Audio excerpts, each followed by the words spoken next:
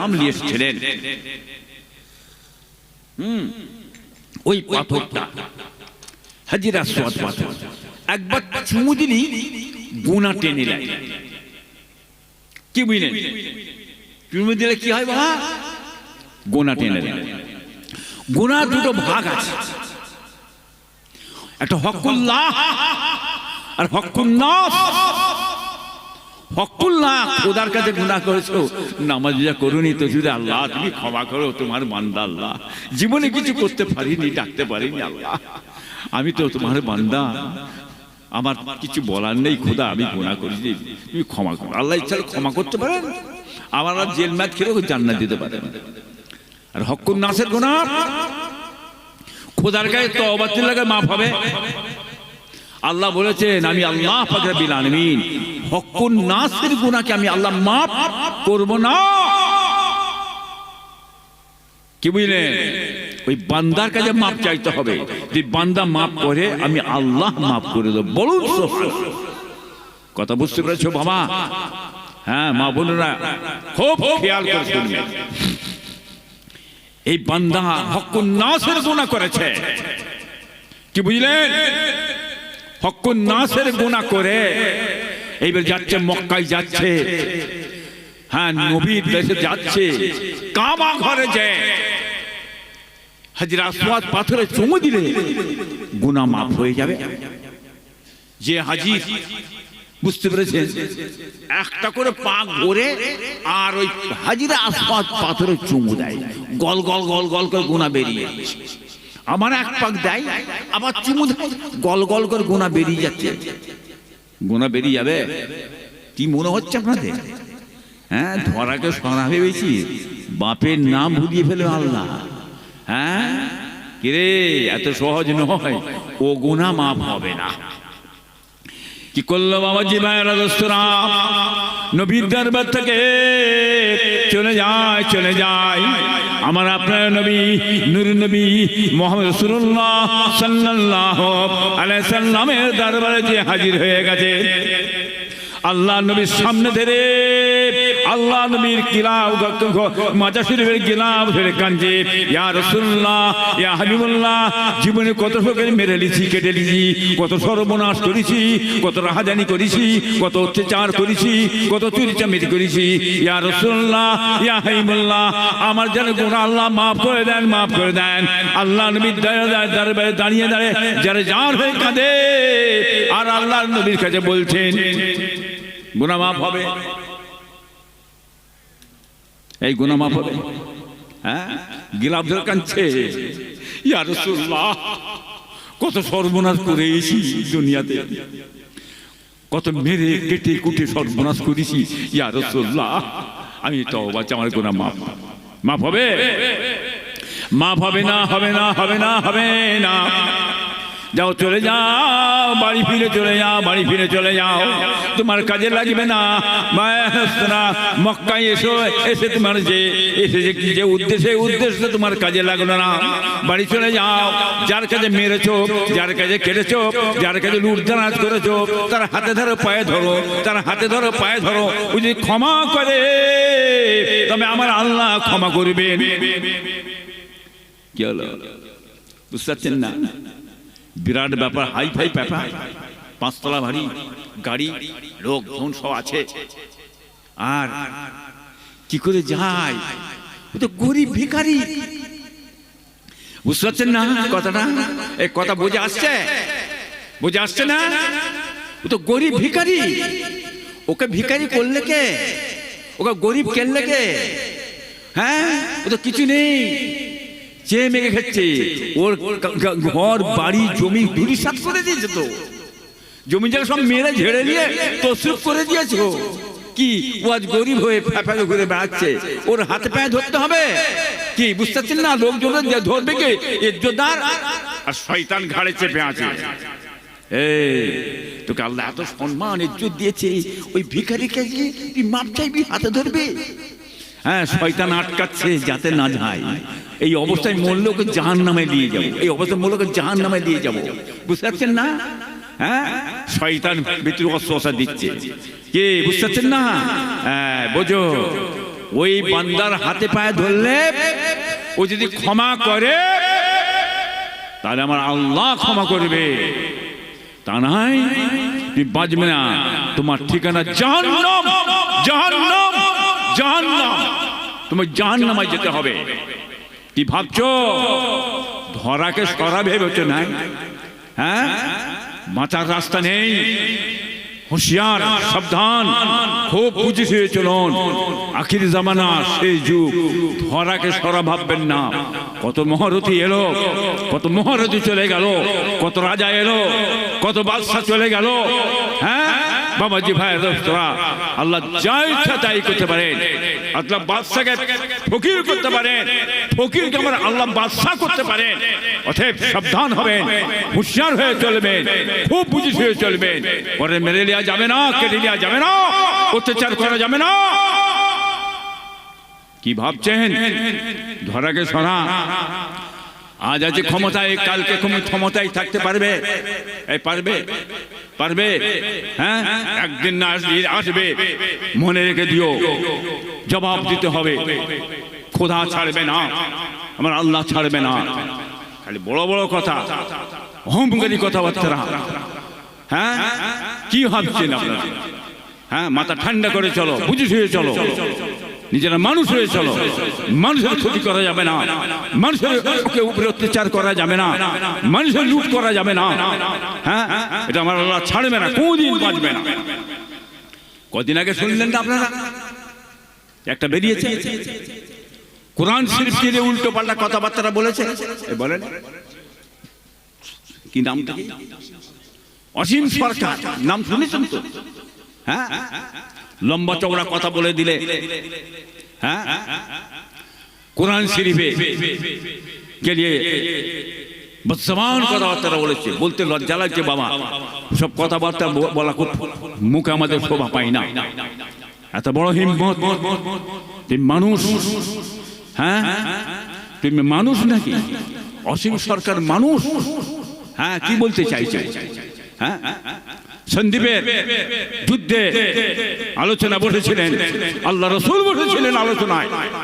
হ্যাঁ, সন্দীপের আলোচনায় বসে আলোচনা ভেঙে গেল।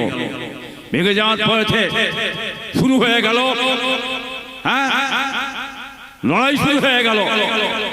রাসূলুল্লাহ বললেন, হ্যাঁ, কি বললেন? ওই বললেন মারো,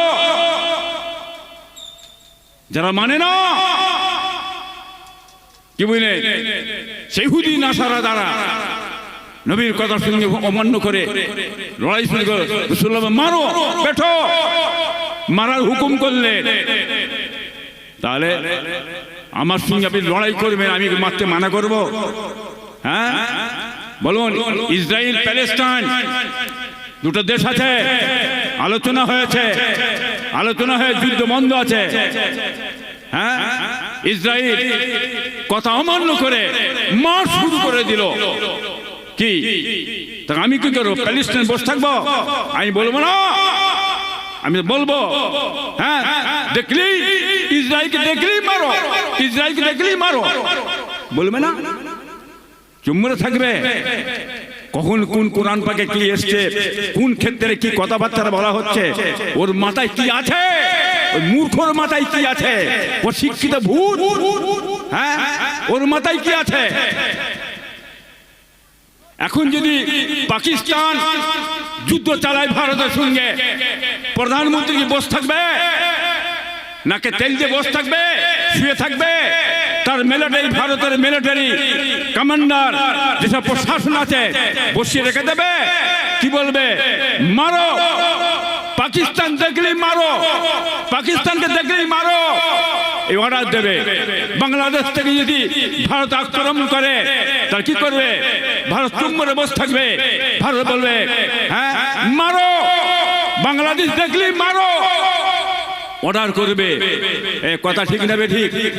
হ্যাঁ, কোন ক্ষেত্রে বলেছে রাসূলুল্লাহ, কোন ক্ষেত্রে কোরআন পাক, কোন সময় কি আয়াত এসেছে? মূর্খ, ওর মাথা কি আছে? অশিক্ষিত ভূত কোথাকারে। হ্যাঁ, জানেন না আপনারা? হ্যাঁ, আচ্ছা আপনারা জানেন একটা সময় ছিল বাবাজি এই ভারতবর্ষে, হ্যাঁ, বিয়ে শাদী হলে স্বামী মারা গেলে তার বউকেও নিয়ে যে পুড়িয়ে মেরে ফেলা হতো। এই জানেন, জানেন না আপনারা? তাই তো নাকি?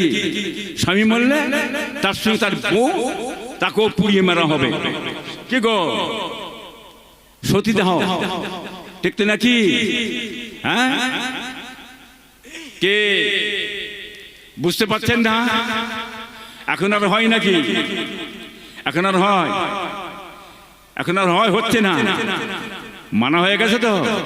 ওটাও তো আমার হিন্দু ভাইদের বইয়ে লেখা আছে না নেই? আছে তো নাকি? তাহলে বাইবেলে থেকে থাক, কি পুরাণ, বাইবেল, গীতা, এটা ওনাদের জন্য পবিত্র, ওনাদের জায়গা থাক।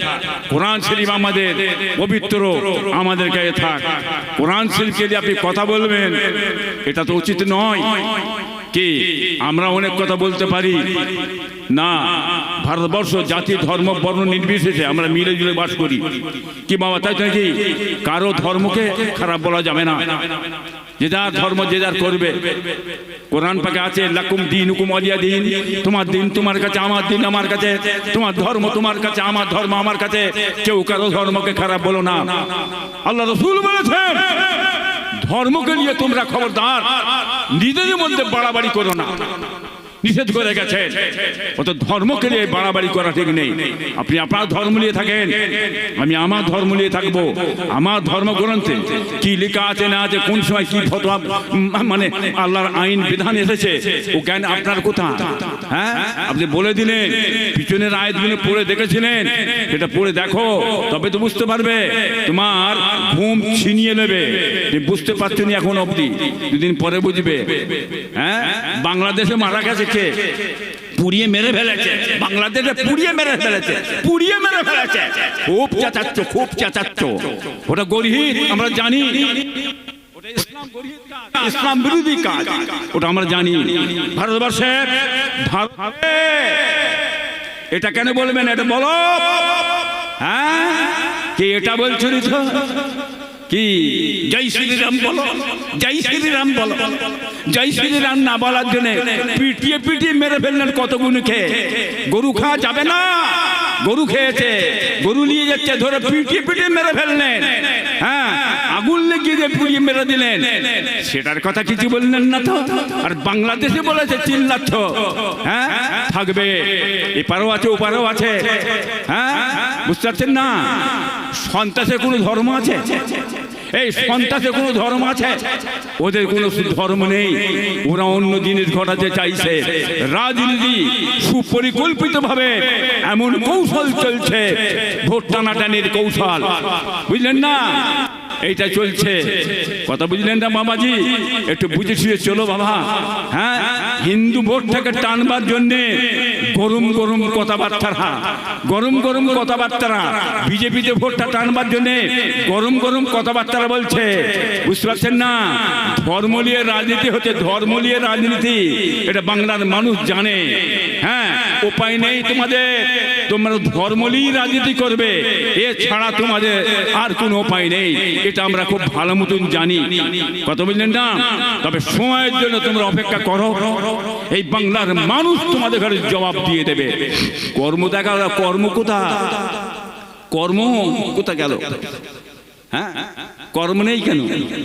শিল্প, চাকরি, কৃষি, কি এসব গেল কোথা? হ্যাঁ, মানুষ খাবে কি, পিঁধবে কি, চলবে কি করে? 100 দিনের কাজ, একটা মানুষ কাজ করে 300 টাকা রোজ, মাসে 9000 টাকা ইনকাম, বন্ধ হয়ে গেছে। আর আপনি লক্ষ্মী ভান্ডার দিয়ে 1000 দিয়ে ছেড়ে দিলেন, কি হলো? কি যাবে কোথা? এটা বাংলার মানুষ বুঝতে পারছে না কি সর্বনাশ ঘটিয়েছ। অতএব তুমি আর পাচ্ছ না, খালি ধর্ম ধর্ম ধর্ম ধর্ম, মসজিদ আর মন্দির, মসজিদ আর মন্দির, এ ছাড়া তোমার আর কোন রাস্তা নেই। হ্যাঁ, দুজনে মিলে এই করে বেড়াচ্ছ, তোমরা দুজনে মিলে এই করে বেড়াচ্ছ। কি বাংলার মানুষ বুঝে মিডিয়ায় যাবে রে? মিডিয়া কি আর কত মিডিয়ায় যাবে? হ্যাঁ, শুভেন্দ্র বড় বড় কথাবার্তা বলে, বড় বড় কথাবার্তা বলে মিডিয়া করে করে হেঁপিয়ে পড়েছে, হাঁপিয়ে গেছে। হ্যাঁ, আর এখন আমার এই কোরআন শরীফের কথা বলতে, নামটা কি, অসীম সরকার, উনি মিডিয়ায় যাওয়ার জন্যে, বুঝলেন না, হাইলাইট হওয়ার জন্যে, কিছু একটা প্রতিষ্ঠিত হওয়ার জন্যে উনি আবার কোরআন শরীফকে দিয়ে হুড়োহুড়ি শুরু করেছে। কলা হবে কলা, বাংলার মানুষ জেনে নিয়েছে, বুঝে নিয়েছে, ওতে মজার নেই, বুঝলেন না, ওই কথা বলে কিছু করা যাবে না। হ্যাঁ, জাতি ধর্ম বর্ণ নির্বিশেষে হিন্দু মুসলমান আমরা ভারতবর্ষের মানুষ একসঙ্গে মিলে জুলে বস করি। হ্যাঁ, কাজ দাও, কাজ দাও, কর্ম দাও, চাকরি দাও, শিল্প দাও, কি যে কথাগুলো আমাদের এই রাজ্যের সরকার বলেছিল, দেবো বলেছিল, দিয়েছে তো, এই দিয়েছে। রেলটা ফুরফুরার কি হলো, কবে রেল হবে, রেলটা কবে হবে, এই রেলটা কবে, জিজ্ঞেস কর, ওই মুখ্যমন্ত্রী জিজ্ঞেস কর রেলটা কবে হবে, রেল করবে বলে ভোটটা তো নিয়ে নিলে। হ্যাঁ, বিশ্বমানের পর্যটন কবে হবে, আইটি কলেজ কবে হবে ফুরফুরায়? হ্যাঁ, কিছুই হবে না, খালি বলে ভোটটা নিয়ে নাও, ভোটটা নিয়ে নাও। তোমার ঘুমকে ছিনিয়ে নেবার জন্যে সব বাংলার মানুষ তৈরি হয়ে আছে, ভোট ভোট, বুঝতে পেরেছো? আর এদিকে বাবাজি, বুঝতে পারছেন না, আমার বাবরি মসজিদ তৈরি হচ্ছে, কি বাবরি মসজিদ তৈরি হচ্ছে তো? হ্যাঁ, জানেন তো না জানেন না আপনারা? খবর আছে তো, কি হুমায়ুন উনি একটা বাবরি মসজিদ তৈরি করছে। এই মাথা খারাপ হয়ে গেল, বেচারিকে তাড়িয়ে দিলে, হাঁকিয়ে দিলে, বার করে দিলে, কাজ মিটিয়ে নিয়ে, গুছিয়ে নিয়ে ব্যাস তাড়িয়ে দিলে, কি ঠিক তো নাকি? আজকে বাবরি মসজিদ হচ্ছে, দিলে মাথা খারাপ হবে কেন, তাড়িয়ে দেবে কেন, কেস হবে কেন, রুখতে পারবে? এটা বাবরি মসজিদ, ওই বাবরি মসজিদ নয়।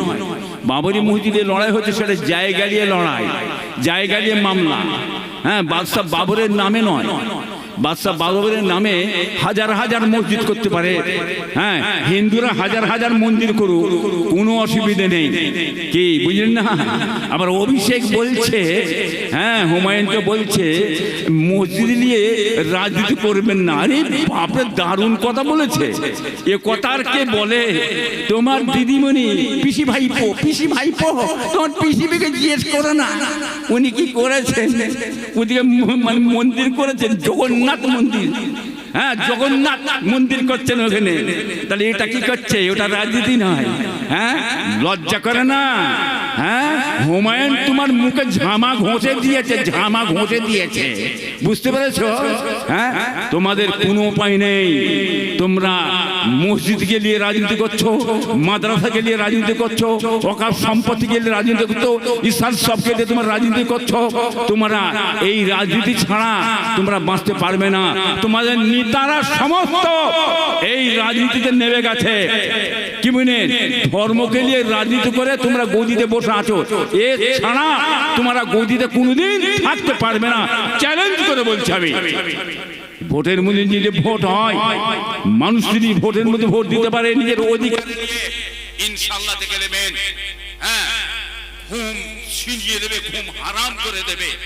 একটা জিনিস আপনারা দেখুন, ফুরফুরা শরীফে ভারত স্বাধীনের পর থেকে আজ অবধি কোন সরকার কোনদিন যে সেখানে প্রশাসন দিয়ে, পুলিশ দিয়ে যে হুড়ুহুড়ি, দাবাদাবি, লাভালাভি, বোমবাজি হ্যাঁ করেছে দেখাতে পারবেন? কেউ পারবেন না। কিন্তু এই রাজ্য সরকার, কি বুঝলেন, পরে যে জিনিসটা ফুরফুরা শরীফে, হ্যাঁ, ধর্মগুরুদের বাড়ি হলো, বাড়িতে হলো, হ্যাঁ, বোমবাজি হলো,